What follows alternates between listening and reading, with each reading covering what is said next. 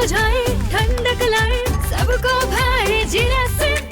MTH का जलजीरा जीरा SIP. जीरा सिप, असली रिफ्रेशिंग, असली स्वाद, असली मजा। MTH।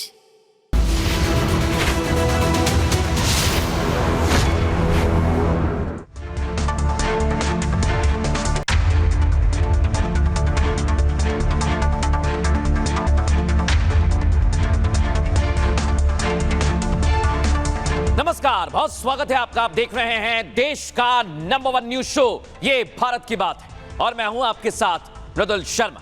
उम्मीद करते हैं आप सभी सेहतमंद होंगे और बहुत बहुत फिट होंगे। आज खबरों में आपके लिए क्या है खास, कौन सी बड़ी और अहम खबरें हैं, आइए जानते हैं।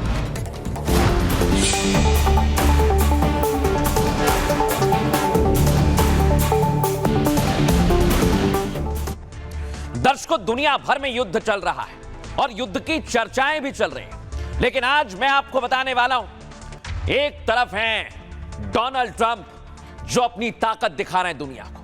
वो कह रहे हैं हम में पार है, यानी शक्ति है, और युद्ध इस वजह से भड़क रहा है। लेकिन दर्शकों, आज पीएम मोदी ने दुनिया के सामने आके देश में लोकसभा में अपने संबोधन के दौरान कहा कि भारत शांति का पक्षधर है और दुनिया में जिस तरह की अस्थिरता है उसे शांति ही रोक सकती है। इस नई युद्ध नीति के बारे में आपको हर एक अपडेट देंगे, लेकिन उससे पहले कैसा संकट मिडिल ईस्ट में है, एक नजर।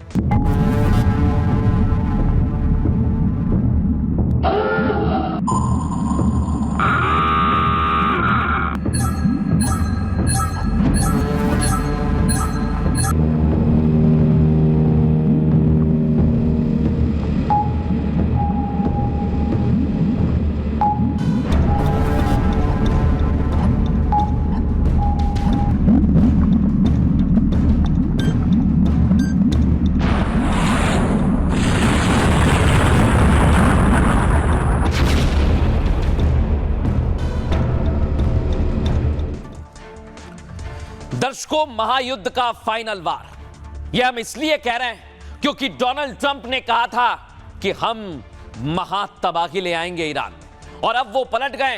लेकिन उससे पहले, हमले से पहले पूरे ईरान में ब्लैकआउट है। दर्शकों देखिए, इधर वहां हमला हुआ और उसके बाद काला अंधेरा छा गया। दिखाइए, फुल फ्रेम दिखाइए इस तस्वीर को, एमएन सुनाइए।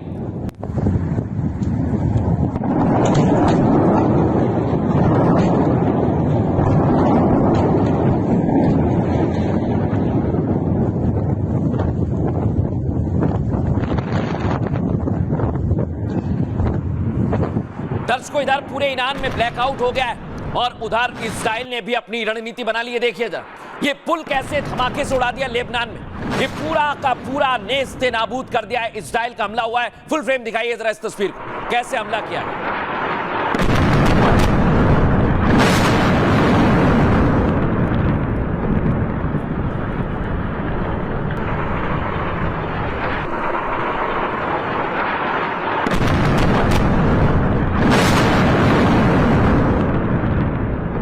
अब आपको दिखाते हैं दर्शकों की युद्ध अभी रुकने वाला नहीं है, और कैसे आसमान में काले बादल मंडराने लगे हैं, काला धुआं दिखाई दे रहा है। वो आपके सामने दिखाइए जरा फुल फ्रेम।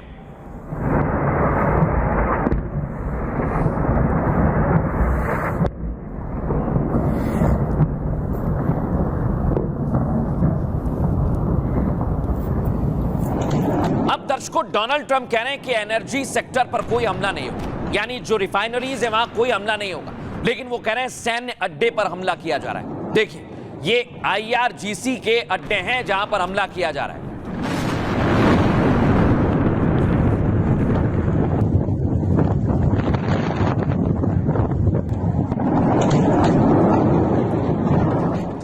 दर्शकों, बड़ी बात क्या है, ये डोनाल्ड ट्रंप और इजराइल की रणनीति है कि वो ईरान को झुकाना चाहते हैं, और इसलिए अब ब्रिटेन और जापान का भी साथ लिया जा रहा है। कहा जा रहा है कि समंदर में ट्रंप की मदद के लिए जापान और ब्रिटेन तैयार हैं।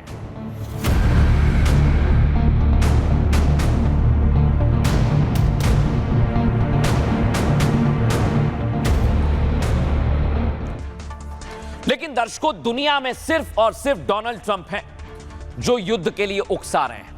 लेकिन आपको बताता हूं दर्शकों कि आखिर किस तरह से भारत है इकलौता जो शांति चाहता है। मिडिल ईस्ट में संघर्ष तेज हो गया है दर्शकों, देखिए ये संघर्ष है इन देशों में। ब्रिटेन, जापान जैसे देश युद्ध में कूद रहे हैं, लेकिन भारत अकेला ऐसा देश है दर्शकों जो लगातार शांति की बात कर रहा है। पीएम मोदी ने कई देशों से फोन पर बात की, जिसमें जॉर्डन, कुवैत, सऊदी अरब, कतर, यूएई, ओमान है, और बताया कि भारत शांति के पक्ष में खड़ा हुआ है। भारत का प्लान क्लियर है, कूटनीति और संवाद ही उपाय है। युद्ध बंद करो, बात करो और दुनिया में शांति लाओ। इस युद्ध में भी भारत सिर्फ शांति के पक्ष में है। दुनिया की भलाई युद्ध में नहीं शांति में है, यह पीएम मोदी ने कहा। और भारत अकेला देश है जो दोनों पक्षों को समझा रहा है, क्योंकि हमारा रिश्ता दोनों देशों से अच्छा है दर्शकों। तभी तो डोनाल्ड ट्रंप भी अब बातचीत के लिए तैयार हो रहे हैं। ट्रंप ने संकेत दिए आगे का प्लान बातचीत से तय किया जाएगा, लेकिन ईरान बात करने के मूड में नहीं है। ईरान ने कह दिया है कि डोनाल्ड ट्रंप पर हम भरोसा नहीं करते, और डोनाल्ड ट्रंप ने कहा अब 5 दिन का इंतजार करना होगा। रिपोर्ट दिखाता हूं।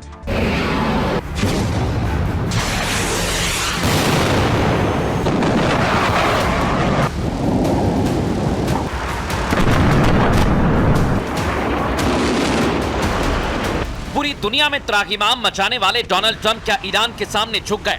खूंखार खलीफा के आगे घुटने टेक दिए, या फिर ईरान के खिलाफ परमाणु षड्यंत्र रच रहे हैं?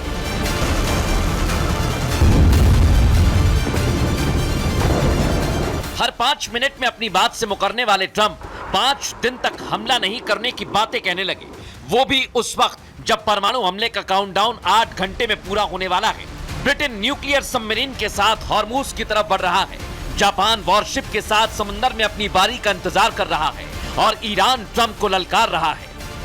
Hey Trump, you are fired. You are familiar with this sentence. Thank you for your attention to this matter. The central headquarters of Khatam al-Anbiya. हमला कब होगा, कैसा होगा, सिर्फ डोनाल्ड ट्रंप को पता है। इसलिए ईरान अमेरिका के सीज फायर वाले झांसे में नहीं आ रहा।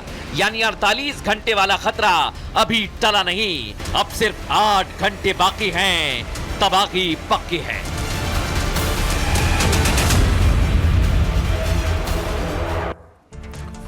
अब दर्शकों मैं आपको बताऊंगा, पीएम मोदी की पूरी तैयारी है कि दुनिया में शांति आए, चाहे दोनों देश न्यूक्लियर वॉर की तरफ बढ़ रहे हैं, ईरान और अमेरिका। लेकिन पीएम मोदी बुद्ध का संदेश दे रहे हैं। इजराइल ईरान युद्ध में परमाणु खतरा मंडराने लगा है दर्शकों, जो आप देख रहे हैं। एक के बाद एक कई देशों की युद्ध में एंट्री हो रही है, और पूरी दुनिया एक बार फिर 2 धड़ों में बंटने लगे। लेकिन भारत एकमात्र ऐसा देश है जो शांति चाहता है दर्शकों। ऐसे में पीएम मोदी ने इस हालात पर चिंता जाहिर की है। पीएम मोदी ने तमाम देशों से शांति की अपील की है, और उन्होंने कहा युद्ध का असर लंबा चल सकता है। आज संसद में पीएम मोदी ने पूरी दुनिया को संदेश दिया है दर्शकों। आज संसद से उन्होंने बताया मिडिल ईस्ट में हालात चिंताजनक हैं। ऐसे में संसद से एक मत की आवाज उठी है, और दुनिया में ये जानी चाहिए। पीएम मोदी ने कहा जब से युद्ध शुरू हुआ है भारत चिंता जाहिर कर रहा है, साथ ही प्रभावित क्षेत्रों में भारतीयों को मदद भी दी जा रही है। पीएम मोदी ने कहा कई देशों के राष्ट्राध्यक्षों से उन्होंने बात की, 2 राउंड फोन पर बात कर शांति की अपील की। इसके अलावा पीएम मोदी ने देशवासियों से भी आज अपील की है। उन्होंने आप लोगों से कहा है ऐसे हालात में सभी को एकजुट रहना है, साथ ही किसी भी संकट से निपटने के लिए आपको तैयार रहना है, क्योंकि ईरान इजराइल जंग का असर लंबा चल सकता है। पीएम मोदी ने आज बड़ी बात कही, हमें कोरोना संकट की तरह तैयार रहना होगा। दर्शकों आपको याद है ना कोरोना में क्या हुआ था, दुनिया भर में लॉकडाउन लग गया था, और अगर ये देश परमाणु युद्ध की तरफ आगे बढ़े तो फिर वैसा ही संकट आ सकता है। सुनिए पीएम मोदी ने क्या कहा। इस युद्ध के कारण दुनिया में जो कठिन हालात बने हैं उनका प्रभाव लंबे समय तक बने रहने की आशंका है। इसलिए हमें तैयार रहना होगा, हमें एकजुट रहना होगा।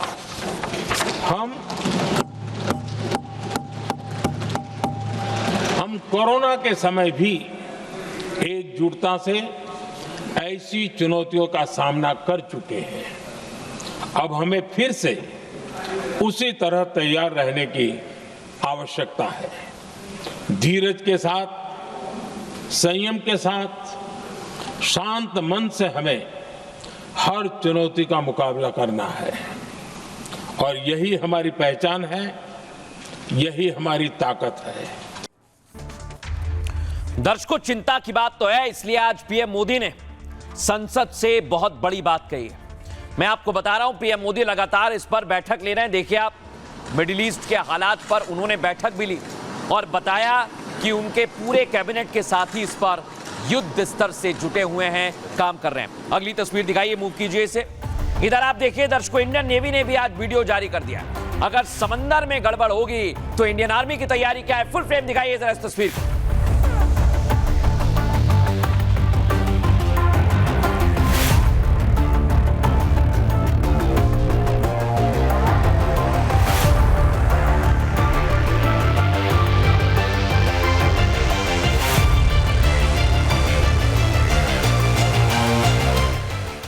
देखा दर्शकों, अगर समंदर में जंग चल रही है तो भारत की नेवी भी तैयार है और ये तस्वीर दुनिया को देख लेनी चाहिए। लेकिन इधर क्या हो रहा है दर्शकों, इधर IRGC ने कह दिया कि हम पीछे नहीं हटेंगे। डोनाल्ड ट्रंप ने 5 दिन की मोहलत दी और आज इस ईरान ने यह वीडियो जारी कर दिया।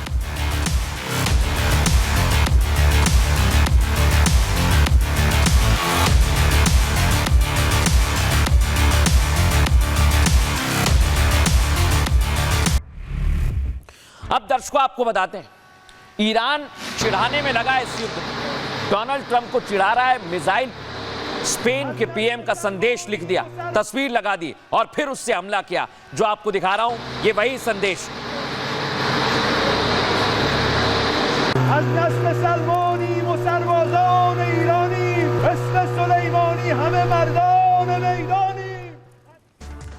बड़ी बात क्या है दर्शकों, इधर एक दूसरे पर हमला करने को ईरान और इस्राइल तैयार है, लेकिन पीएम मोदी ने कहा है कि इस पर हमारी नजर है और देश में क्या स्थिति है दर्शकों, आपको और हमको तैयार रहना है, ये जान लीजिए।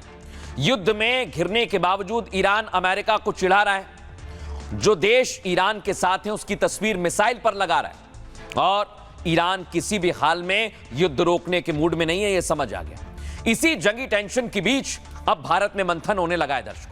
आपको बताएं, पीएम मोदी मैसेज दे रहे हैं कि युद्ध अभी और लंबा चल सकता है दर्शकों। ऐसे में किसी भी हालात से निपटने के लिए तैयारी की जा रही है। पीएम ने बताया, बीते दिन हॉर्मुज में फंसे कई जहाज भारत आए हैं। साथ ही कहा कि संकट के समय देश की एक और तैयारी है जो बहुत काम आ रही है। पीएम मोदी ने बताया दर्शकों इस प्लांट के बारे में, 11 साल में इथेनॉल के उत्पादन के बारे में और उसकी ब्रांडिंग पर अभूतपूर्व काम किया है।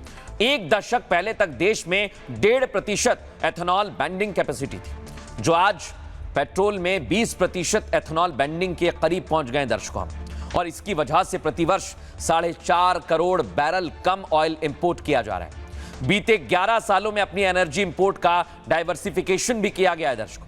पहले क्या होता था, क्रूड ऑयल LPG के लिए 27 देशों पर निर्भरता थी, इंपोर्ट किया जाता था। लेकिन अब जरूरत के हिसाब से भारत 41 देशों से एनर्जी इंपोर्ट करता है दर्शकों। और बीते दशक में भारत ने कच्चे तेल के भंडारण को भी प्राथमिकता दी है। आज भारत के पास 53 लाख मीट्रिक टन से ज्यादा पेट्रोलियम रिजर्व है। यानी आपको ना गैस की दिक्कत होगी, ना पेट्रोल की दिक्कत होगी। 65 लाख मीट्रिक टन की व्यवस्था पर काम किया जा रहा है, जो बढ़ेगी। यानी पीएम मोदी ने साफ कर दिया, दुनिया भले ही जंग में उलझी हो, भारत अपनी जरूरतों को पूरा करने के लिए हमेशा तैयार है और प्रोडक्शन बढ़ा हुआ है। आपको सुनवाते हैं पीएम मोदी ने क्या कहा, सुनिए जरा। आज भारत के पास 53 लाख मीट्रिक टन से अधिक का स्ट्रेटेजिक पेट्रोलियम रिजर्व है। हमारी तेल कंपनियों के पास जो रिजर्व रहता है वो अलग है। पिछले 10-11 साल में इथेनॉल के उत्पादन और उसकी ब्लेंडिंग पर अभूतपूर्व काम हुआ है। 1 दशक पहले तक देश में सिर्फ 1-1.5% इथेनॉल ब्लेंडिंग कैपेसिटी थी। आज हम पेट्रोल में 20% इथेनॉल ब्लेंडिंग के करीब पहुंच रहे हैं। इसके कारण प्रति वर्ष करीब 4.5 करोड़ बैरल कम ऑयल इंपोर्ट करना पड़ रहा है। अब दर्शकों मैं आपको बताता हूं, पीएम मोदी ने बताया देश में तो हमारी तैयारी है, लेकिन हम जहां से एनर्जी लेते हैं दर्शकों, यानी तेल और गैस लेते हैं, उन देशों से हमारे संबंध मधुर है, जिसमें पहला नंबर है रूस का। दर्शकों यह है रूस के विदेश मंत्री सर्गेई लावरोव और यह है विदेश मंत्री भारत के एस जयशंकर। दोनों के बीच में बातचीत हुई है और लगातार रूस और भारत की बातचीत हो रही है। अब आपको अगली तस्वीर दिखाता हूं, इसका असर क्या हो रहा है ये आप देखिए। संकट की घड़ी में रूस से तेल और गैस के टैंकर आ रहे हैं। ये आप देखिए, शिप से हमने आपको कल ही बताया था कि रूस के जहाज भारत पहुंच रहे हैं।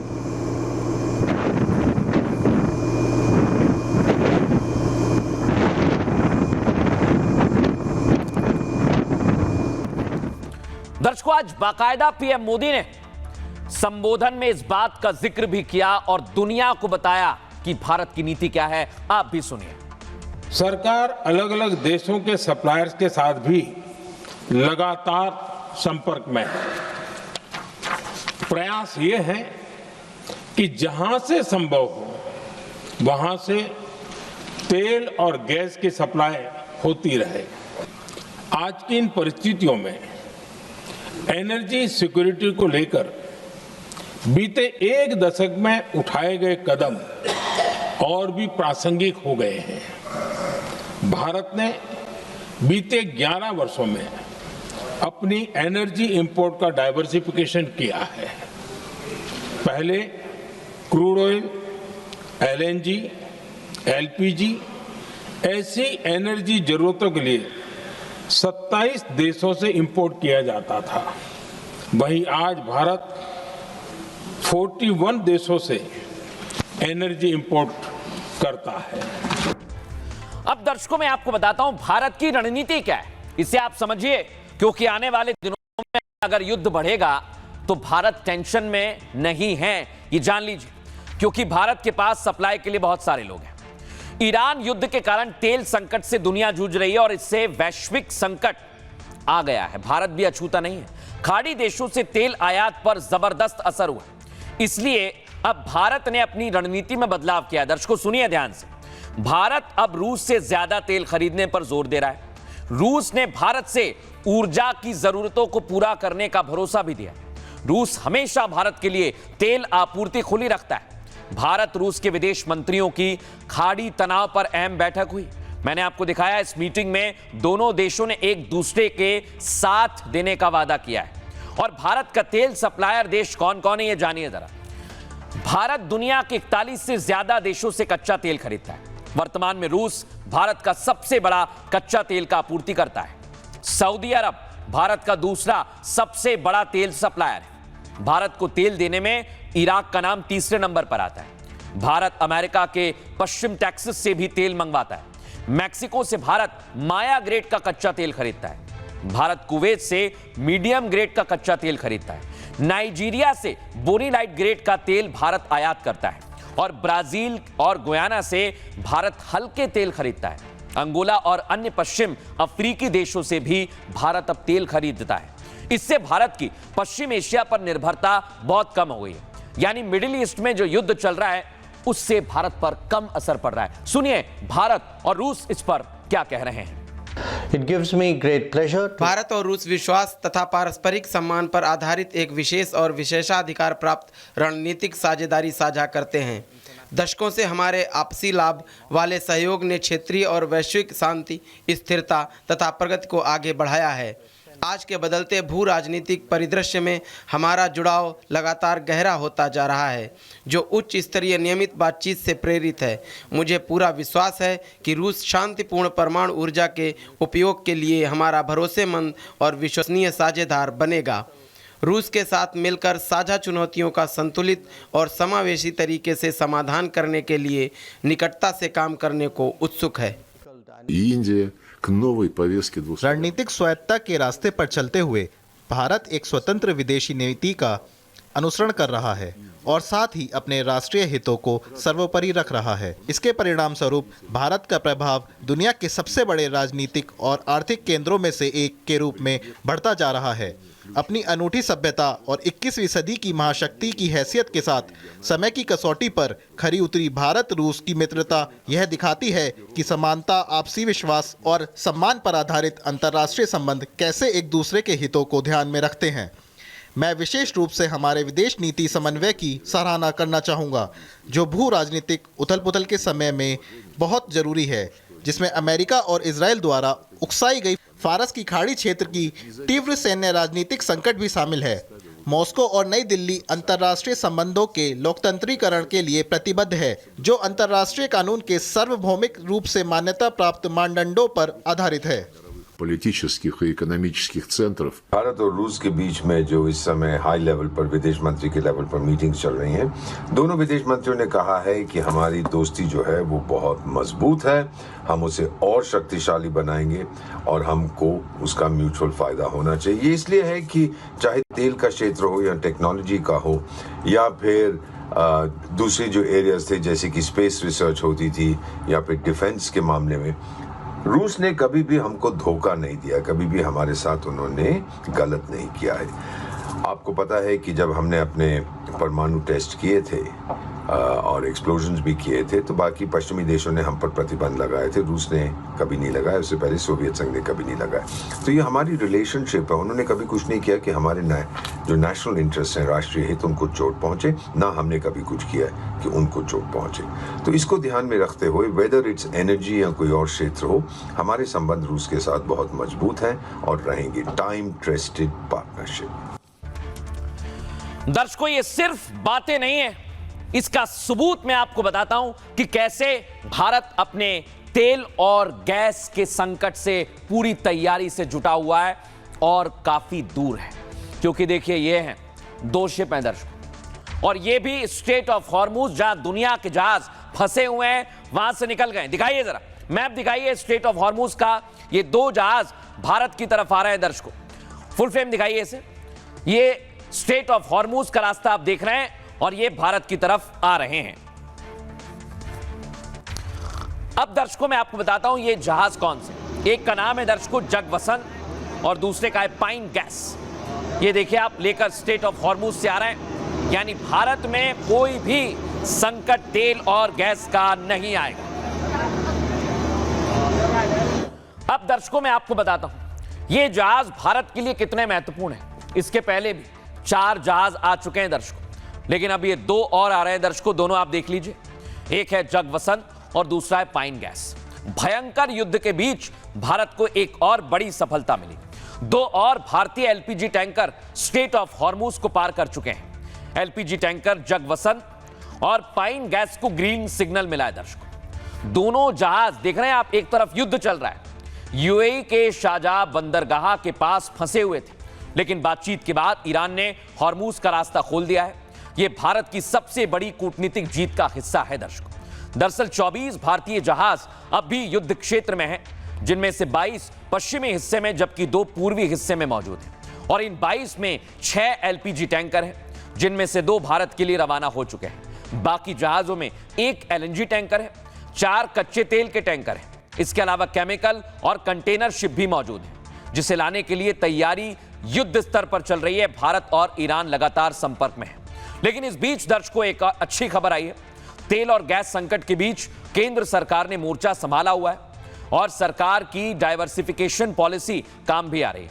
भारत ने एक और मित्र देश से इस हालात में मदद मांगी है। मित्र देश अर्जेंटीना ने जहाज से 11,000 टन एलपीजी की एक खेप हमें भेजी है दर्शकों, जो आपको दिखा रहे हैं। इस साल अब तक अर्जेंटीना ने भारत को 50,000 टन एलपीजी भेजी है, जो 2025 के 22,000 टन के मुकाबले 2 गुना से भी ज्यादा है। जबकि 11,000 टन की खेप 5 मार्च यानी युद्ध के बीच रवाना की गई है। यह भारत के लिए अच्छी खबर है दर्शकों, लेकिन भारत की रणनीति और कूटनीति की जीत भी है। सुनिए पीएम मोदी क्या कह रहे हैं। भारत सरकार गल्फ और आसपास के शिपिंग रूट्स पर निरंतर नजर बनाए हुए है। हमारा प्रयास है कि तेल हो, गैस हो, फर्टिलाइजर हो, ऐसे हर जरूरी सामान से जुड़े जहाज भारत तक सुरक्षित पहुंचे। हम अपने सभी वैश्विक सहयोगियों के साथ निरंतर संवाद कर रहे हैं ताकि हमारे मैरीटाइम कॉरिडोर सुरक्षित रहे। ऐसे प्रयासों के कारण बीते दिनों हॉर्मुज स्ट्रेट में फंसे हमारे कई जहाज भारत आए भी हैं। अब दर्शकों मैं आपको बताता हूं, भारत तो जहाज लेकर आ रहा है एलपीजी की, लेकिन देश में कुछ लोग हैं जिनको यह रास नहीं आ रहा। ये देखिए आप, युद्ध के बीच एलपीजी की सप्लाई लगातार जारी है, चिंता की कोई बात नहीं। अगली तस्वीर दिखाइए। लेकिन दर्शकों इस बीच कुछ लोग हैं जो देखिए आप, गैस पूरी तरह से कालाबाजारी हो रही है। कई लोग मना करने के बावजूद घर में रखे हुए हैं और इसमें समाजवादी पार्टी के नेता, कांग्रेस पार्टी के नेता भी शामिल हैं। लेकिन दर्शकों आज पीएम मोदी ने कहा कि देश में संकट है। आप मुझे बताइए दर्शकों, क्या इस संकट की घड़ी में हम सबको एक नहीं होना चाहिए?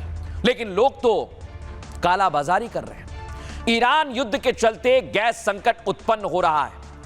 हालांकि भारत में अभी गैस की कमी नहीं है दर्शकों, लेकिन जमाखोरों की वजह से हालात पैनिक है। गैस की कालाबाजारी पर एक्शन हो रहा है, ताबड़तोड़ हो रहा है। फिर पीएम मोदी ने आज संसद से राज्य सरकारों से भी अपील की है।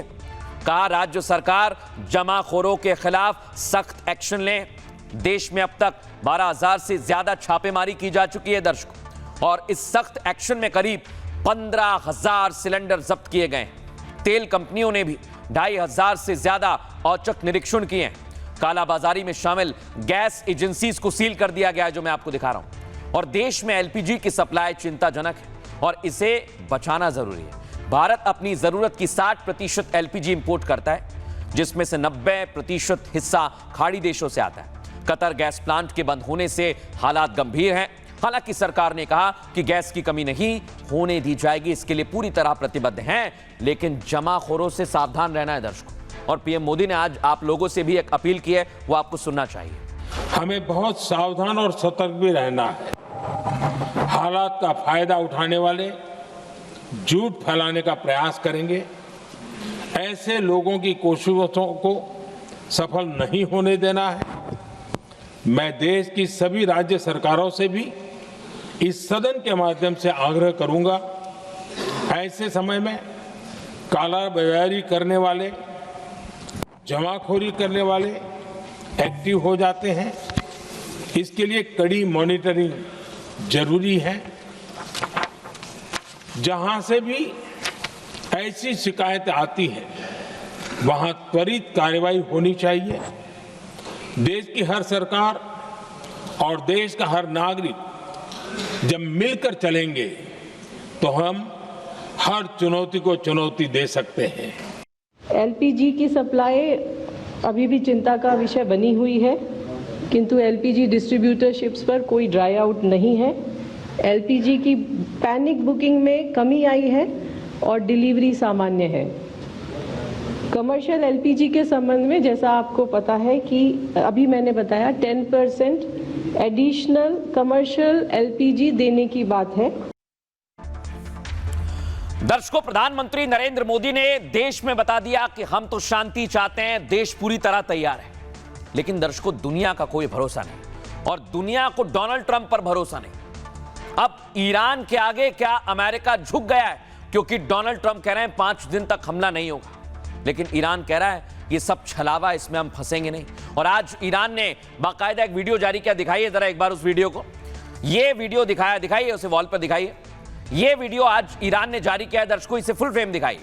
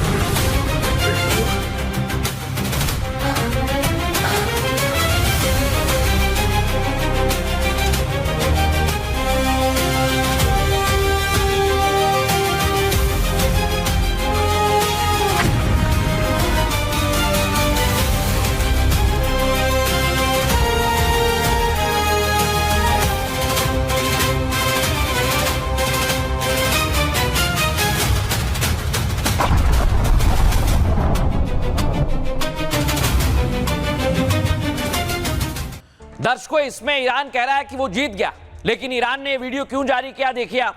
ये डोनाल्ड ट्रंप ने बताया है कि युद्ध के बीच में जो हमले की तैयारी थी उसे पोस्टपोन करते हैं, जैसे कोई मीटिंग हो उसका समय बदल दिया है। डोनाल्ड ट्रंप ने कहा कि अब 5 दिन बाद सोचेंगे क्या करना है। यही है डोनाल्ड ट्रंप का सोशल मीडिया का पोस्ट। लेकिन दर्शकों, ईरान ने तो गजब का पलटवार किया।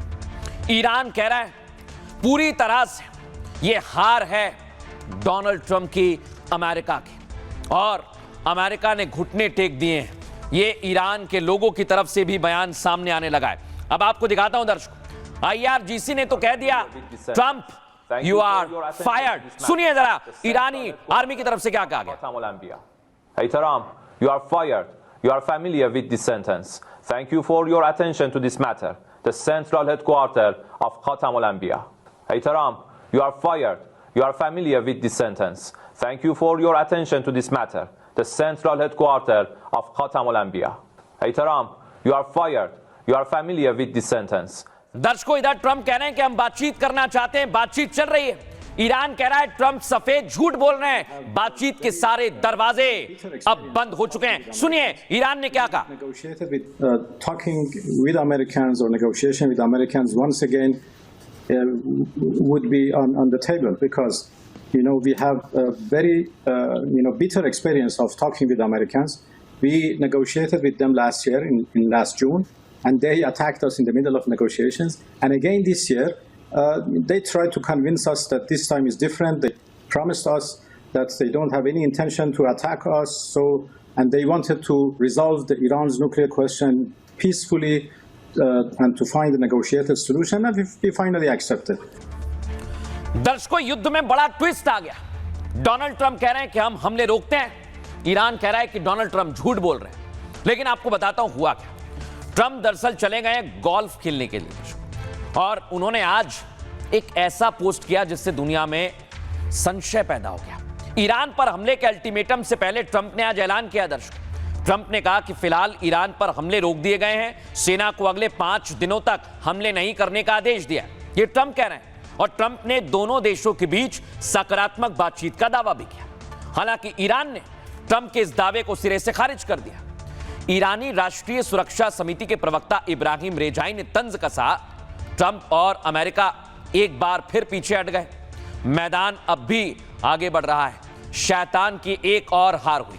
ट्रंप के इस ऐलान से इजराइल के पीएम बेंजामिन नेतन्याहू नाराज हैं। दर्शकों, नेतन्याहू ने कहा वो कोई खराब डील बिल्कुल नहीं होने देंगे। हमले से आखिर ट्रंप पीछे क्यों हटे, इसके कारण जानिए।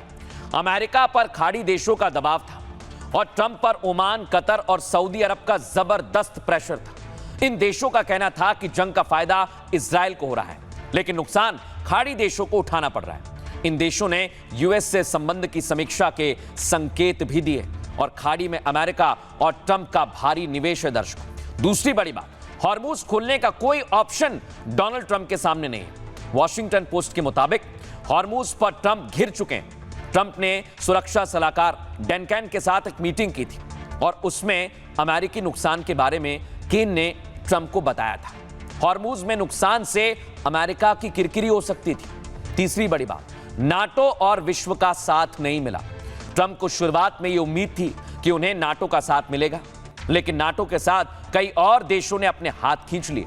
इसी वजह से आखिर में उन्हें फैसला बदलना पड़ा। लेकिन दुनिया कह रही है ये तो खलीफा की जीत हो गई है। सुनिए जरा डोनाल्ड ट्रंप क्या कह रहे हैं और इस पर एक्सपर्ट क्या कहते हैं। ईरान के साथ बातचीत बिल्कुल सफल रही, और इससे संघर्ष समाप्त हो सकता है। मध्य पूर्व विदेश दूत स्टीव और ट्रंप के दामाद जेरेड कुशनर ने रविवार शाम तक बातचीत की। बातचीत आज भी जारी रहेगी। ईरान की ओर से इसमें एक सम्मानित नेता शामिल हैं। हमारे बीच कई महत्वपूर्ण बिंदुओं पर सहमति है, और हम दोनों एक समझौता करना चाहते हैं। हम संभवतः आज बात करेंगे, शायद फ़ोन पर। मुझे उम्मीद है कि जल्द ही मुलाकात होगी। हम एक ऐसे व्यक्ति से बात कर रहे हैं जिन्हें मैं सबसे सम्मानित और नेता मानता हूं। वह सर्वोच्च नेता नहीं है, किसी ने उनसे संपर्क नहीं किया है, और हमें नहीं पता कि वह जीवित हैं या नहीं। मैं नहीं चाहता कि ईरान के नेता की हत्या हो। इस समय कोई भी वह पद नहीं लेना चाहता। हम परमाणु धूल चाहते हैं, हम वह चाहेंगे, और मुझे लगता है कि हमें वह मिल जाएगा। मेरी तरफ से तो ये एक बहुत वेलकम डेवलपमेंट है। 48 घंटे की उन्होंने अल्टीमेटम दिया था जो आज सुबह ख़त्म हो गया। तो जैसे ही ख़त्म हुआ है उन्होंने ये बोल दिया है कि 5 दिन के लिए मैं सीज़ फायर दे रहा हूँ और सब कोई हमले हम नहीं करेंगे। ईरान कह रहा है कि उन्होंने बैक डाउन किया और मैं टैको शब्द का इस्तेमाल नहीं करना चाहता, क्योंकि एक चीज़ जब देखिए सिंगल इवेंट प्रेडिक्शन बहुत मुश्किल होती है, पैटर्न प्रेडिक्शन करनी पड़ती है। डोनाल्ड ट्रंप का पैटर्न क्या रहा है, जब इसने पीस टॉक की बात करी है इसने उसके बाद धोखा देके हमला किया। पूरी दुनिया चाहती है कि ऐसी कोई खबर आए, ऐसी खबर आ गई है, बट ट्रंप साहब की जो कोई मॉरल स्क्रूपल्स नहीं है, कोई मॉरल स्क्रूपल्स नहीं है। ये मोस्ट अनरिलायबल ये इन्होंने अपने आप को बना लिया है। तो मैं तो ईरान को कहूँगा कि ठीक है, ट्रस्ट बट वेरीफाई बोला है उसने, तो आप चौकन्ने चौकस बिल्कुल रहो। लेकिन दर्शकों, ये सब कुछ हो रहा है न्यूक्लियर के लिए। ईरान न्यूक्लियर पावर ना अपनी ग्रसित कर पाए, लेकिन इसको लेकर आज बड़ा बयान भी दिया है। IAEA की तरफ से वेस्टर्न मीडिया में क्या बातचीत हो रही है उसका एक अंश आपको सुनवाते हैं। आप जो सीख चुके हैं उसे भुला नहीं सकते, सही ना? आप ज्ञान को बम से उड़ा नहीं सकते, इसलिए वो क्षमता लड़ाई समाप्त होने के बाद भी बनी रहेगी। बिल्कुल, अब ईरान के पास सबसे उन्नत, तेज और कुशल सेंट्रीफ्यूज हैं और वे इससे बनाना जानते हैं। उसके अलावा वहाँ ऐसी जगह भी हो सकती हैं जो परमाणु स्थल नहीं दिखती। यही वजह है कि मैं कह रहा हूँ, हमें अभी भी एक ढांचा ढूंढना होगा, एक सहमत ढांचा जो हमें ज़रूरी पूर्वानुमान और स्पष्ट विचार दे कि वे कहाँ जाना चाहते हैं, क्योंकि यह युद्ध ईरान की परमाणु महत्वाकांक्षाओं को कहीं भी नष्ट नहीं करेगा। जब तक कि यह परमाणु युद्ध न हो और आप अकल्पनीय तरीके से विनाश के लिए न जाएं, जिसकी हम बिल्कुल आशा नहीं करते कि कभी होगा। ये दर्शकों IAEA के डायरेक्टर हैं, उन्होंने कहा कि इसको टाला नहीं जा सकता है, यानी अभी भी ईरान के पास ताकत है। और दर्शकों, ये बात अमेरिका भी जानता है, इसलिए अब कहा जा रहा है डोनाल्ड ट्रंप ने जो 5 दिनों की बात कही है वो सिर्फ बहाना है। वो वक्त चाहते हैं, वो ईरान की ताकत देखना चाहते हैं। और ये देखिए, दावा किया जा रहा है कि अमेरिका के फाइटर जेट्स देखे गए हैं ईरान के आसमान में। तो क्या अब ईरान के पास जो शक्तियां हैं उसका अंदाजा लगा रहे हैं डोनाल्ड ट्रंप? दर्शकों, को एक और तस्वीर दिखाता हूं। आसमान में हेलीकॉप्टर है और समंदर में यूएस के मरीन फाइटर्स की तैनाती हो रही है। और आपको बताएं, अमेरिका के कई युद्धपोत अभी इस समय मौजूद हैं और कई युद्धपोत आ गए हैं, जिसमें USS कॉमस्टॉक, USS पोर्टलैंड और USS बॉक्सर शामिल है। अब दर्शकों, मैं आपको बताता हूं, यहां डोनाल्ड ट्रंप की तैयारी है, लेकिन IRGC सब कुछ समझ रहा है। वो कह रहा है कि डोनाल्ड ट्रंप चाहे कितनी भी बातें कर लें, हमारी रणनीति है, हम पीछे नहीं हटेंगे। सुनवाता हूं आपको। अमेरिकी और इजरायली सैनिक पूरी तरह हमारी खुफिया निगरानी में हैं। यहाँ तक कि अराद जैसे शहरों में भी उनकी रणनीतिक उलझन अमेरिका और इजराइल को दलदल में फंसा देगी। अब दर्शकों, मैं आपको दोनों चीज समझाता हूं। मैंने आपको बताया अमेरिका समय चाहता है, ऐसा ईरान को लग रहा है, दुनिया को लग रहा है। लेकिन डोनाल्ड ट्रंप चाहते क्या है, ये जरा समझिए। ट्रंप ने ईरान पर हमला नहीं करने का ऐलान तो कर दिया है, लेकिन मिडिल ईस्ट में ट्रंप अपनी सैन्य ताकत बढ़ा भी रहे हैं। हजारों अमेरिकी सैनिक और कई बड़े युद्धपोत भेजे जा रहे हैं। ये USS बॉक्सर आपके सामने, इसके साथ 2500 मरीन सैनिकों की तैनाती हो रही है। मिडिल ईस्ट में ट्रंप के 50,000 से ज्यादा सैनिक पहले से मौजूद हैं। USS बॉक्सर अमेरिका का एक बड़ा युद्धपोत है। इसमें F-35B फाइटर जेट और हेलीकॉप्टर के साथ MV-22 ऑस्प्रे जैसे विमान तैनात किए जा सकते हैं। ये जहाज 2000 से ज्यादा सैनिकों को लेकर चल सकता है और सीधे समंदर में और समंदर से जमीन पर हमला करने की क्षमता रखता है। अमेरिका की सैन्य हलचल पर ईरान की पैनी नजर है और ईरान ने कहा अमेरिका और इजराइल की चालाकी नहीं चलेगी। उनकी रणनीति को समझने में पूरी तरह से ईरान तैयार है और उनको दलदल में फंसा देगी। ईरान के खिलाफ जंग जीतना अमेरिका के लिए अब साख का सवाल हो गया। इसलिए डोनाल्ड ट्रंप इज्जत बचाने के लिए कुछ भी कर सकते हैं। दुनिया को भरोसा नहीं है दर्शकों। इधर कह रहे हैं कि हम हमला नहीं करेंगे, लेकिन हमला कर सकते हैं। एक्सपर्ट क्या कह रहे हैं सुनवाता हूं आपको। एक तरफ जब वो बोलते हैं कि अगर हम हॉर्मुज में अपने ट्रुप्स उतारेंगे, 4 से 5 हज़ार ट्रुप्स अगर आते हैं, तो ये नहीं है कि इसका मतलब माना जाए कि पूरे ईरान में इन्वेजन हो गया। लेकिन ईरान की तरफ से उनकी किसी भी जगह पर अगर ट्रुप्स उतरते हैं, वो इसको एज अ इन्वेजन ले सकते हैं और लेकर ही रहेंगे। सो वो जो बैटल है वो फियर्स हो जाएगी। इसकी सबसे बड़ी ताकत ये है कि ये एम्फीबियस असॉल्ट शिप्स हैं, तो इनकी ट्रेंड लोग होते हैं। ये शोर को कैप्चर कर सकते हैं, शोर को मेंटेन कर सकते हैं, जो तट हैं उनको मेंटेन कर सकते हैं। और सबसे बड़ी बात यह है कि ये ज़रूरत पड़ने पर हेलीबॉर्न ऑप्स कर सकते हैं, एरियल स्ट्राइक्स कर सकते हैं। ये मिला जुला कर एक वो स्पेशल फोर्स मानी जाती है जो इस तरह के कामों में महारत रखती है और टेक्निकली क्वालिफाइड होती है, including even to the extent के किस तरीके से बीच को डोमिनेट किया जाता है, डिफेंड किया जाता है। ये सभी चीज़ें इस फोर्स का खास वो है। लेकिन दर्शकों, इस समय दुनिया की निगाहें टिकी हुई हैं कि डोनाल्ड ट्रंप करेंगे क्या, क्योंकि डोनाल्ड ट्रंप कह रहे हैं हम हमला नहीं करेंगे, और इधर बाकी देशों का साथ मिल रहा है, जिसमें पहले नंबर पर है जापान।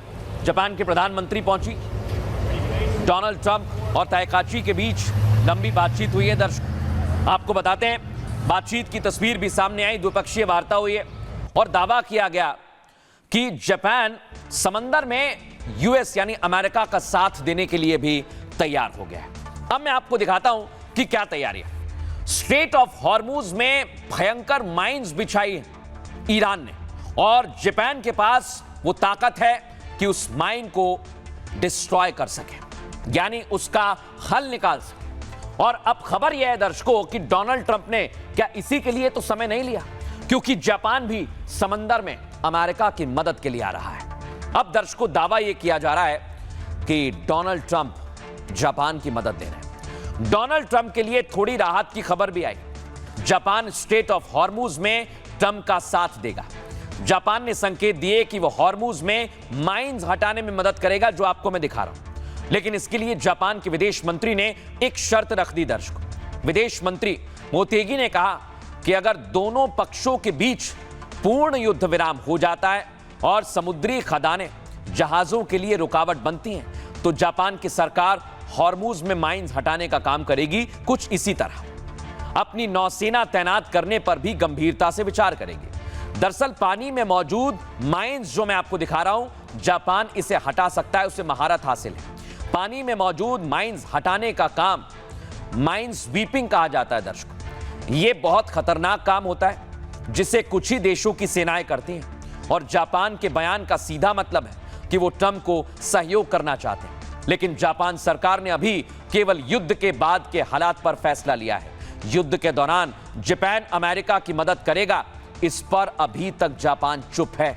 लेकिन दर्शकों, बड़ी बात यही है, अगर यह कदम उठाया गया तो फिर डोनाल्ड ट्रंप क्या इसी के लिए वक्त मान रहे हैं? सुनिए जरा एक्सपर्ट क्या कह रहे हैं। जापान के पास अंडर वाटर जो माइन स्वीपिंग टेक्नोलॉजी है, वो पूरे विश्व की सबसे बेस्ट टेक्नोलॉजी है। तो इस समय जापान का ये कहना कि जब युद्ध खत्म हो जाएगा, सीज फायर हो जाएगी या विराम लग जाएगा, तब हम ये माइन स्वीपिंग में मदद कर सकते हैं, ये एक अपने आप में बहुत बैलेंसिंग एक्ट की तरह देखा जा रहा है। क्योंकि एक तरफ से उन्होंने ईरान के साथ डायरेक्ट कॉन्फ्लिक्ट में आने की भी बात नहीं करी, और इधर अमेरिका को भी नाराज ना करने का उन्होंने पोजिशनिंग रखी है। क्योंकि जितने भी अमेरिका के अलाइज की पोजीशन हम देखें, तो वो भी डायरेक्ट वॉर में घुसना नहीं चाहते हैं, क्योंकि ईरान के जो बार बार स्टैंड्स हैं, एनर्जी इंफ्रास्ट्रक्चर को अटैक करने की बात, कल उन्होंने जब ये बात कर दी कि हम पूरे मिडिल ईस्ट के वाटर डिसैलिनेशन प्लांट्स को ही उड़ा देंगे, और एनर्जी तो पूरे वर्ल्ड की जो एनर्जी इकोनॉमिक्स है वो तो इंपैक्ट हुई है, तो कोई भी डायरेक्टली इस समय ईरान के कॉन्फ्लिक्ट में नहीं आना चाहता। और जहां तक रही जापान की बात, जापान खुद भी 90% मिडिल ईस्ट पर ही डिपेंडेंट है अपनी टेक्नोलॉजी नीड्स के लिए। तो उन्होंने जब ये वादा किया है अमेरिका को, तो उन्होंने एक मैरीटाइम टेक्नोलॉजी के लिए भी वर्ल्ड को भी ये मैसेज दिया है कि हम ऐसी स्थिति में वर्ल्ड के भी पूरे साथ खड़े हैं। अब दर्शकों, मैं आपको बताता हूं, जापान डोनाल्ड ट्रंप की मदद यानी अमेरिका की मदद के लिए तैयार है, लेकिन शर्तों के साथ। इधर डोनाल्ड ट्रंप दर्शकों शर्त तो रख रहे हैं, वो कह रहे हैं कि बातचीत हमारी चल रही है ईरान के साथ। उन्होंने तो यह भी बता दिया है कि 2 खास मंत्री हैं जो बात कर रहे हैं। अगली तस्वीर दिखाइए। इस बीच दर्शकों, स्टेट ऑफ हॉर्मुज को लेकर अमेरिका ने ईरान को फिर से धमकी दे दी है। अमेरिकी सरकार ने कहा है अभी भी वक्त है हॉर्मुज से अपने पैर पीछे ईरान खींच ले। लेकिन दर्शकों, बड़ी बात क्या है, ईरान इसमें फंसने वाला नहीं है, चाहे जापान आ जाए या फिर ब्रिटेन आ जाए। दर्शकों, आपको बताते हैं इस समय जो स्थितियां बनी हुई हैं वो चौंकाने वाली हैं, क्योंकि यूएसएस जेराल्ड आर फोर्ड रवाना हो चुका है। यूएसएस बॉक्सर मैंने आपको बता दिया, कॉमस्टॉक के बारे में जानकारी दी। यानी इस वक्त माहौल बहुत ज्यादा तनावपूर्ण समंदर के अंदर है। और अब मैं आपको दिखाता हूं दर्शकों एक ऐसी तस्वीर। ईरान ने कह दिया है कि कितने ही जहाज आ जाएं, हम झुकने वाले नहीं हैं। और IRGC की तैयारी क्या है आज ईरान ने बता दिया है, दिखाता हूं आपको।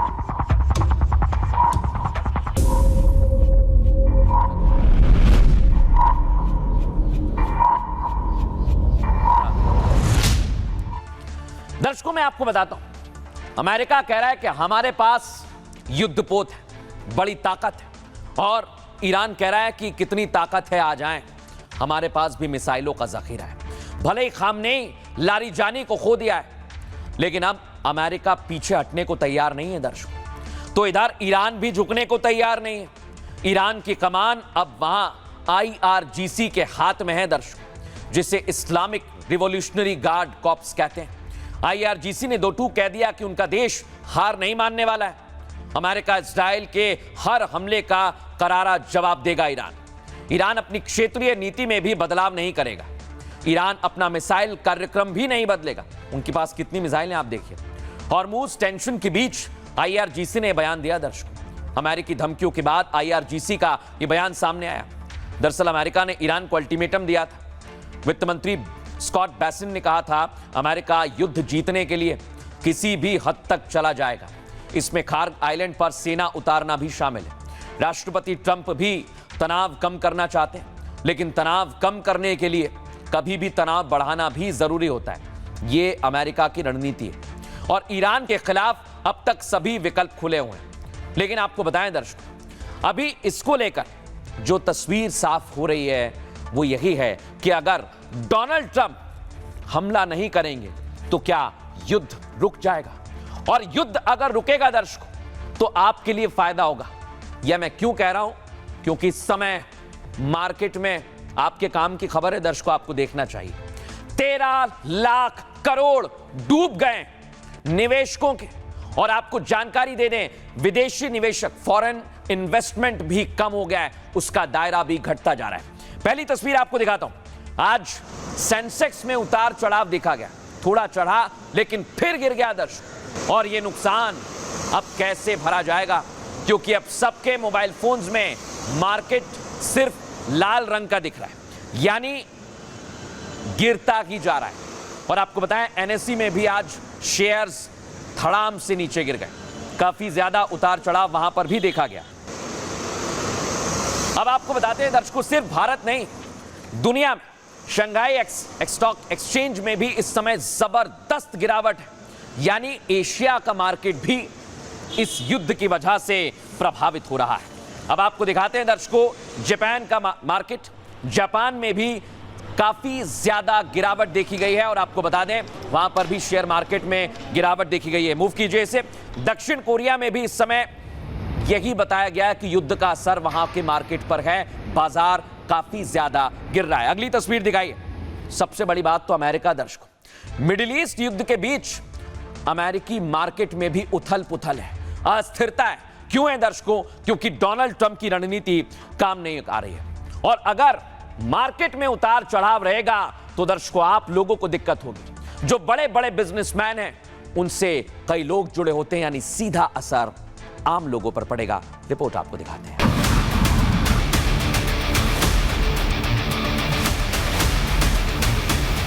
सोना पाताल की ओर जा रहा है, चांदी भी अपनी चमक हो चुकी है। जिन्हें उम्मीद थी वो मालामाल हो जाएंगे, सोने चांदी के दाम से वो औंधे मुंह गिर पड़े, क्योंकि 24 दिन में सोना 24,000 रुपए तक गिर गया।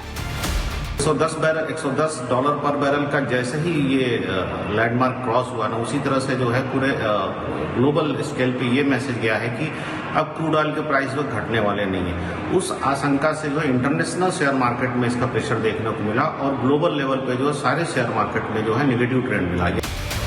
शेयर बाजार में कोहराम मचा है। न्यूयॉर्क स्टॉक एक्सचेंज से लेकर एशिया के मार्केट तक लुढ़के पड़े। भारत का शेयर बाजार भी गोता लगा रहा। एक दिन में 13 लाख करोड़ का नुकसान हो गया। हालांकि ट्रंप के आंशिक सीजफायर के ऐलान के साथ मार्केट में उछाल आ सकता है, लेकिन यह कब तक रहेगा कहना मुश्किल है, क्योंकि सब कुछ डोनाल्ड ट्रंप यानी अमेरिका पर निर्भर है और खुद ट्रंप को नहीं पता कि वो आगे क्या करने वाले हैं। ये बात कर दी कि हम पूरे मिडिल ईस्ट के वाटर डिसैलिनेशन प्लांट्स को ही उड़ा देंगे और एनर्जी तो पूरे वर्ल्ड की जो एनर्जी इकोनॉमिक्स है वो तो इंपैक्ट हुई है। तो कोई भी डायरेक्टली इस समय ईरान के कॉन्फ्लिक्ट में नहीं आना चाहता। लेकिन दर्शकों, इस समय दुनिया की निगाहें टिकी हुई हैं, क्योंकि आने वाले समय में बहुत कुछ निर्भर करता है मार्केट पर। और आपको बताता हूं मार्केट की स्थिति क्या है दर्शकों, ये आपको सुनना चाहिए। युद्ध ने शेयर बाजार को झकझोर कर रख दिया है। कच्चे तेल की कीमतों में उछाल के साथ मार्केट में घबराहट है। डॉलर के मुकाबले रुपए में गिरावट से माहौल और खराब हो गया। हफ्ते के पहले दिन सेंसेक्स में 1836 अंकों की गिरावट दर्ज की। और बताऊं दर्शकों आपको, बीएसई का 30 शेयरों वाला सेंसेक्स आज 73,000 के नीचे बंद हुआ है, जबकि एनएसई का निफ्टी 50 भी 601 अंक गिरकर 22,600 पर आ गया। सोचिए आप, रिपोर्ट के मुताबिक भारी बिकवाली की वजह से बाजार का बुरा हाल है। आपको बता रहा हूं दर्शकों, एक दिन में निवेशकों के 13 लाख करोड़ रुपए डूब गए, नुकसान हुआ है। सेंसेक्स का कुल बाजार पूंजीकरण घटकर 416 लाख करोड़ रुपए पर आ गया है। और मिडिल ईस्ट युद्ध की वजह से सप्लाई चेन बिगड़ गई है दर्शकों। क्या हो रहा है समझिए। कच्चे तेल के दाम बढ़कर $115 प्रति बैरल हो गए। अमेरिका और एशियाई बाजारों में गिरावट का असर भी हो रहा है। विदेशी संस्थागत निवेशकों की तेज बिकवाली से दबाव बढ़ा, फॉरेन इन्वेस्टमेंट कम हो गया। अब $1 की कीमत सबसे ऊपर 94 रुपए पर पहुंच गई है दर्शकों, ये हाईएस्ट है। और बीएसई को बीएसई क्या होता है ये जान लीजिए, बॉम्बे स्टॉक एक्सचेंज। यहां पर क्या हो रहा है दर्शकों, एशिया का सबसे पुराना स्टॉक एक्सचेंज है। बहुत कुछ निर्भर करता है। मुंबई स्थित बीएसई में हजारों कंपनियां सूचीबद्ध हैं, जहां निवेशक शेयर, बॉन्ड, प्रतिभूतियां खरीदते और बेचते हैं। बीएसई का प्रमुख सूचकांक सेंसेक्स है, जिसमें 30 कंपनियां शामिल हैं। और एनएसई क्या है ये भी जान लीजिए, नेशनल स्टॉक एक्सचेंज। आपको यह भी जानकारी दे दें, भारत का सबसे बड़ा और तकनीकी रूप से काफी उन्नत है। यहां पर इक्विटी और डेरिवेटिव्स, डेट और करेंसी मार्केट में सेवा देते हैं। एनएसई का प्रमुख सूचकांक निफ्टी, जिस पर काफी ज्यादा भारत के शेयर निर्भर करते हैं। लेकिन दर्शकों आपको बताएं, इस समय जो स्थितियां हैं उसको लेकर क्या तैयारी है, सुनिए जरा। आज शेयर मार्केट में जो भारी गिरावट देखने को मिली है वो बेसिकली जो लंबा युद्ध जो है तीसरे हफ्ते में प्रवेश कर गया उसके कारण, और हॉर्मुज में जो वो रिस्ट्रिक्शंस लगे हैं, जिस तरह से जाम हो गया, वहां पे टैंकर नहीं आ रहा है, तो ब्रेंट क्रूड ऑयल की प्राइसेज जो है 113 बैरल तक पहुंच गई है। तो $110 पर बैरल का जैसे ही ये लैंडमार्क क्रॉस हुआ ना, उसी तरह से जो है पूरे ग्लोबल स्केल पे ये मैसेज गया है कि अब क्रूड ऑयल के प्राइस वो घटने वाले नहीं है। उस आशंका से जो है इंटरनेशनल शेयर मार्केट में इसका प्रेशर देखने को मिला और ग्लोबल लेवल पे जो सारे शेयर मार्केट में जो है नेगेटिव ट्रेंड मिला। यही कारण है कि भारत के भी शेयर मार्केट में इसका नेगेटिव ट्रेंड देखने को मिला। दूसरा जो वोलेटिलिटी इंडेक्स है इंडिया का, वो भी जो है बढ़ गया, 17% से ज्यादा बढ़ गया। मतलब रिस्क जो है फ्यूचर नियर टर्म में ऐसा बताया जा रहा है कि मार्केट में रिस्क है। तो इस संकेत को भी शेयर मार्केट ने नेगेटिव लिया। और आपको भी मालूम है कि शेयर मार्केट जो सेंटीमेंट पे चलता है। अब दर्शकों मैं आपको बताता हूं, सबसे ज्यादा असर पड़ रहा है सोने चांदी पे। वो क्यों पड़ रहा है दर्शकों समझिए। पहले आपको बता रहा हूं, सोना काफी ज्यादा बढ़ गया था, लेकिन अब इसकी कीमत कम होती जा रही है, गिरता जा रहा है। लोगों में डर का माहौल है, लेकिन सोना गिर रहा है। अगली तस्वीर दिखाइए, मूव कीजिए इसे। और आपको यह भी बता दें कि इस समय चांदी भी उतनी तेजी से ही गिर रही है जितनी तेजी से कुछ दिन पहले बढ़ रही थी। यानी अभी स्थितियां ठीक नहीं है दर्शकों, और सोना और चांदी दोनों गिरता जा रहा है। ये देखिए, सोने का रंग उड़ गया है और चांदी की चमक फीकी हो गई। ये इसलिए हो रहा है दर्शकों क्योंकि युद्ध चल रहा है। और इसे समझिए दर्शकों, आपको बताता हूं, मिडिल ईस्ट ने सोना इकट्ठा किया, लेकिन अब युद्ध के दौरान मिडिल ईस्ट में क्या हो रहा है दर्शकों, सोना वापस बेचा जा रहा है और इस वजह से सोने के दाम काफी ज्यादा गिर गए हैं और चांदी भी कुछ इसी तरह से कम हो रही है। लेकिन आपको बताएं दर्शकों, सोने चांदी के दाम जिस तेजी से आगे बढ़े, अब उतनी ही तेजी से नीचे भी आ रहे हैं। पिछले हफ्ते में सोना 25% और चांदी 50% गिरी है, जबकि 53 दिन में सोना 41,000 रुपए तक कम हो गया। वहीं चांदी में 1,86,000 रुपए तक की गिरावट दर्ज की है। अब 24 कैरेट का 10 ग्राम सोना 12,000 रुपए तक गिर गया है और बुलियन एसोसिएशन के मुताबिक सोना 1,35,000 के पार आ गया। आपको बताएं, 40 साल में सोने की कीमत में इतनी बड़ी गिरावट कभी नहीं हुई।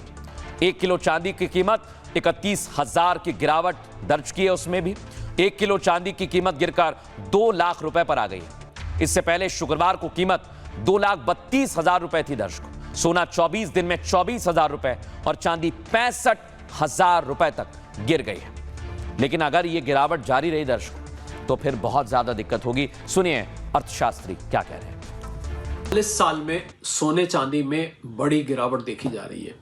नॉर्मली ऐसा माना जाता है कि जब जियोपॉलिटिकल टेंशंस ज्यादा होती हैं तो सोना चांदी चढ़ना चाहिए, क्योंकि सेफ हेवन एसेट माना जाता है। परंतु बिल्कुल इसका विपरीत देखा जा रहा है, क्योंकि क्रूड ऑयल की कीमतें आसमान को छू रही हैं। लड़ाई से पहले $70 होता था, आज ये $113 पे खड़ा है। यानी कि जिस व्यक्ति को $70 एक बैरल के देने पड़ते थे, आज उसको 113 देने पड़ रहे हैं। और जिसकी वजह से डॉलर इंडेक्स, जिसमें 6 करेंसीज आती हैं, British pound, euro, Japanese yen, Swiss franc, Swedish krona, Canadian dollar, ये डॉलर इंडेक्स 100 के आसपास पहुंच गया है। जबकि सोना जब 5,200 5,400 के करीब था तो डॉलर इंडेक्स 96 पर था। इस डॉलर इंडेक्स के बढ़ जाने से सोने और चांदी पे दबाव पड़ रहा है, क्योंकि ऐसा माना जाता है कि सोने डॉलर बेस्ड निवेश बढ़ जाता है, सोने में निवेश कम होने लगता है। इसके अलावा ETF अपना माल बेच रहे हैं। इसके अलावा हम देखें तो जो यानी कि जो स्पेकुलेशन जो होती है, जो सोने में कमोडिटी मार्केट में ट्रेडिंग होती है, कॉमेक्स हो या MCX हो, इसमें सेल के कॉन्ट्रैक्ट्स इस समय ज्यादा देखे जा रहे हैं। यानी कि लोग उसको फॉरवर्ड सेलिंग कर रहे हैं, जिसको हम स्पेकुलेशन या सट्टेबाजी कहते हैं। इन सब कारणों को मिला के इस समय सोने पर दबाव देखा जा रहा है। लेकिन दर्शकों, आपको बताता हूं, इस समय सोना चांदी मार्केट अस्थिर है। और दर्शकों, सबसे बड़ी दिक्कत क्या है? सबसे बड़ी दिक्कत मार्केट की है पैनिक। मार्केट उसी से चलता है। लोगों ने कहा गैस खत्म हो रही है तो लाइन लग गई। दर्शकों, अगली तस्वीर दिखाइए। सरकार ने कहा गैस पर्याप्त है, आप चिंता मत करें, पूरी तैयारी सरकार ने गैस की है, कोई दिक्कत नहीं आएगी। अगली तस्वीर दिखाइए। अब लोग कह रहे हैं पेट्रोल का क्या होगा, डीजल का क्या होगा। कुछ दाम भी बढ़े दर्शकों प्रीमियम पेट्रोल पर, लेकिन सरकार ने कहा कोई दिक्कत नहीं है, हमारे पास पर्याप्त है तेल। अगली तस्वीर दिखाइए। लेकिन अब आज PM मोदी ने किसान भाइयों को लेकर भी बड़ा ऐलान किया। यूरिया को लेकर तरह तरह की बातें की जा रही हैं। लेकिन दर्शकों, मैं आपको बताने वाला हूं, आप बिल्कुल चिंता ना करें। देश में इस समय पूरी तैयारी की जा रही है और हर एक जगह पर सरकार की नजर है, हर एक सामान पर सरकार की नजर है, कालाबाजारी पर भी नजर है। लेकिन हम कितने तैयार हैं दर्शकों, दिखाता हूं मैं आपको। मध्य पूर्व युद्ध में आज 24वां दिन है। हॉर्मुज को लेकर अब भी संशय बना हुआ है। हॉर्मुज के रास्ते तेल गैस की आपूर्ति बाधित है। स्ट्रेट ऑफ हॉर्मुज कब खुलेगा किसी को पता नहीं है। तेल गैस से लेकर भारत उर्वरक भी आयात करता है।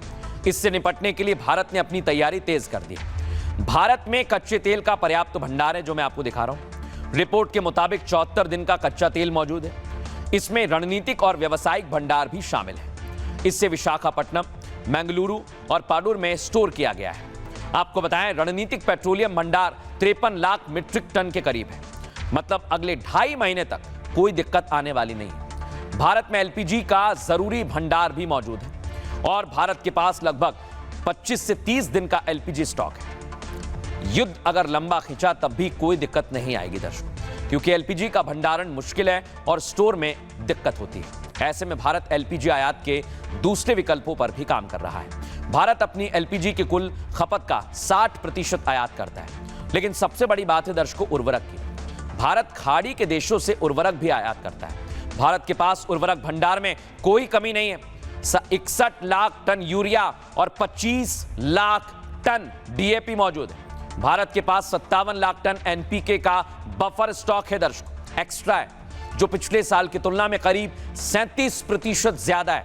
किसान भाई जान लें, पीएम मोदी ने आज देश को आश्वस्त किया है, कहा किसानों की सहायता के लिए कई कदम उठाए जा रहे हैं। पिछले दिनों में उर्वरक आयात में विविधता लाई गई, किसानों को मेक इन इंडिया उर्वरक का विकल्प भी दिया है और इसलिए कह रहे हैं दर्शकों की बिल्कुल दिक्कत नहीं होनी चाहिए।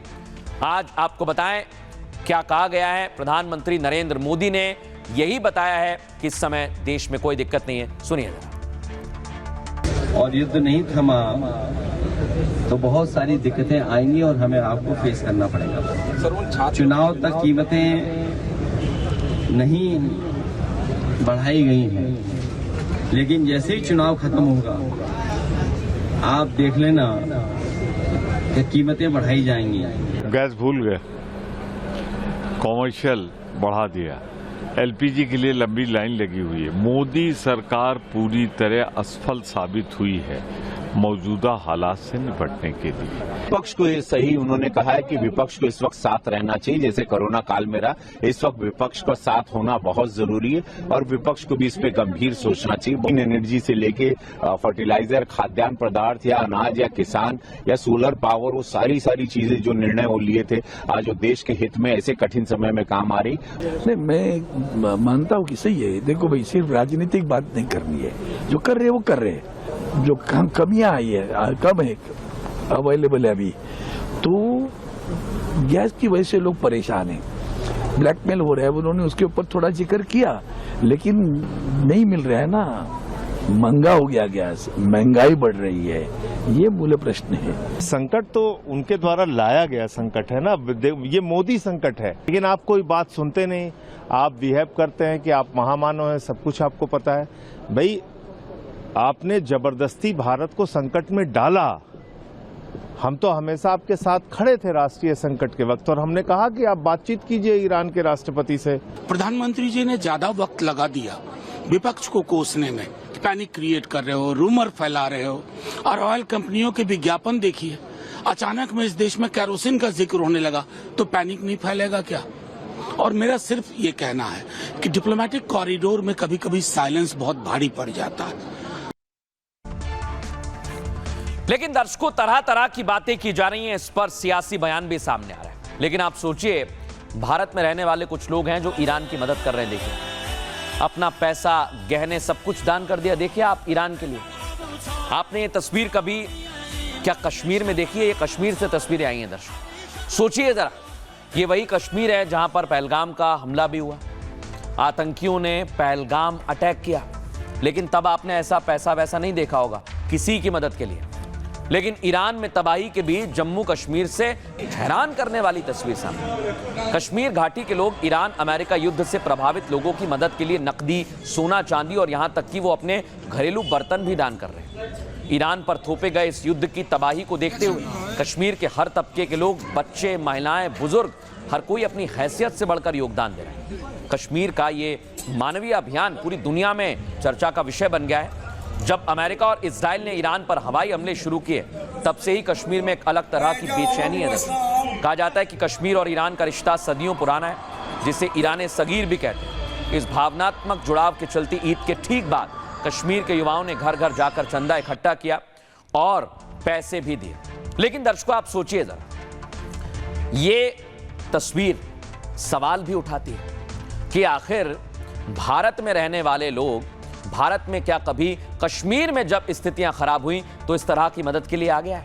नहीं आए। एक महिला ने दर्शकों ससुराल और मायके से मिले सोने चांदी के गहने दान कर दिए, लेकिन जब कश्मीर में भारतीयों के लिए हालात खराब हुए तब ऐसी तस्वीर देखने को नहीं मिली, और इसलिए यह तस्वीर सवाल खड़े करती है। बहरहाल आगे बढ़ेंगे, बात करेंगे आज के सूत्र की। आज का सूत्र है दर्शकों, मां स्कंद माता का। आज चैत्र नवरात्र का 5वां दिन है।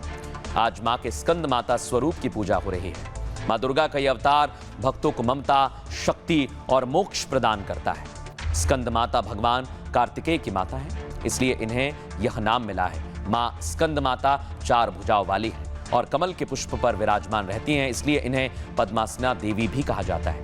मां की आराधना से संतान सुख और ज्ञान की प्राप्ति होती है। वक्त एक छोटे से ब्रेक का हो गया है, बहुत ख्याल रखिए। नमस्कार। चमकी चाट से क्या बना है? सैंडविच, लस्सी और छाछ और हर घूंट में चमकी चाट, ड्राई फ्रूट और दही बड़े। चमकी चाट से स्वाद बढ़े। असली स्वाद सिर्फ चमकी चाट।